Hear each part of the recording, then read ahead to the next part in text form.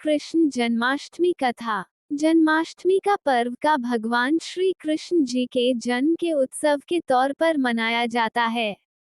भगवान श्री कृष्ण जी का जन्म भाद्रपद मास में कृष्ण पक्ष की अष्टमी तिथि को हुआ था। तो आइए जानते हैं कि जन्माष्टमी की कथा क्या है। बाल गोपाल, नंदलाल, यशोदा लाल, कान्हा, माखन चोर और भी कई नामों से जाने जाते हैं हमारे श्री कृष्ण जी। उनकी लीलाएं लोगों को जीवन का पाठ सिखाती हैं।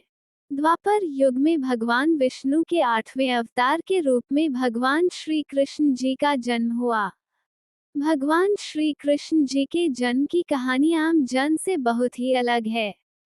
उनका जन्म जेल में हुआ और जन्म के साथ ही वह अपने माता पिता से दूर हो गए और फिर उनका पालन पोषण मथुरा में हुआ। तो आइए जानते हैं कि कृष्ण जन्माष्टमी की पौराणिक कथा क्या है। भगवान श्री कृष्ण जी का जन्म भाद्रपद मास में कृष्ण पक्ष की अष्टमी तिथि को हुआ था और इसलिए प्रत्येक वर्ष कृष्ण जी के जन्म के उपलक्ष्य में कृष्ण जन्माष्टमी का पर्व मनाया जाता है। पौराणिक मान्यता के अनुसार मथुरा नगरी पर कंस नामक एक क्रूर राजा का शासन था। कंस ने अपने पिता से राजगद्दी छीनकर उन्हें कारावास में डाल दिया। कंस की बहन देवकी थी और जब उनकी विवाह की उम्र हुई तो उनका विवाह वासुदेव से हुआ। विवाह के बाद कंस अपनी बहन को रथ में बिठाकर रथ में लेकर जा रहा था और उसी दौरान आकाश से भविष्यवाणी होती है कि हे कंस, तुम्हारी बहन देवकी की 8वीं संतान तुम्हारी मृत्यु का कारण बनेगी।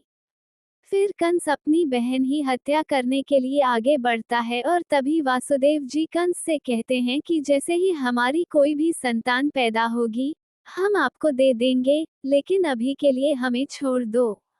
कंस हंसते हुए कहता है ठीक है और फिर दोनों को कारावास में बंद कर देता है। देवकी के एक एक करके 7 बच्चों को जन्म लेते ही कंस मार डालता था। 8वीं संतान के रूप में भगवान विष्णु का श्री कृष्ण के रूप में जन्म हुआ। जब भगवान जन्म लेते हैं वो रात भाद्रपद मास में कृष्ण पक्ष की अष्टमी तिथि थी, इसलिए इस तिथि को कृष्ण जन्माष्टमी के नाम से जाना जाता है।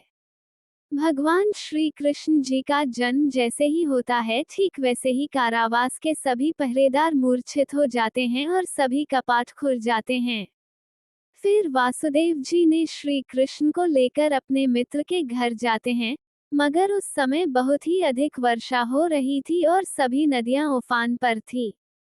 फिर वासुदेव जी अपने पुत्र को अपने सिर में टोकरी में रखकर यमुना नदी पार करते हैं और उस दौरान भगवान को बारिश से बचाने के लिए शेषनाग जी अपना फन टोकरी के ऊपर फैलाते हैं ताकि उन्हें नुकसान ना पहुंचे। वासुदेव जी ने कृष्ण जी को गोकुल में नंद गोपाल के घर पहुंचा दिया और उनकी नवजात पुत्री को कारागार में ले आए। योगमाया के चमत्कार से कंस ने कृष्ण को पहचान नहीं पाया और उस कन्या को मारने का प्रयास किया, लेकिन वह कन्या योगमाया ही थी। फिर वह कंस को कहती हैं कि तुम्हें मारने वाले का जन्म हो चुका है कंस, और अब तेरी मृत्यु निश्चित ही है। फिर कृष्ण जी का बचपन नंद जी और माता यशोदा के घर ही बीतता है। बचपन से ही कृष्ण ने कई चमत्कार दिखाए और कंस के अत्याचारों का अंत करने के लिए कई राक्षसों का वध किया। अंततः जब कृष्ण युवा हुए तो उन्होंने कंस को मार डाला और मथुरा को दुष्टों से मुक्त कराया और कारावास से सभी कैदियों को कंस के अत्याचार से मुक्त किया।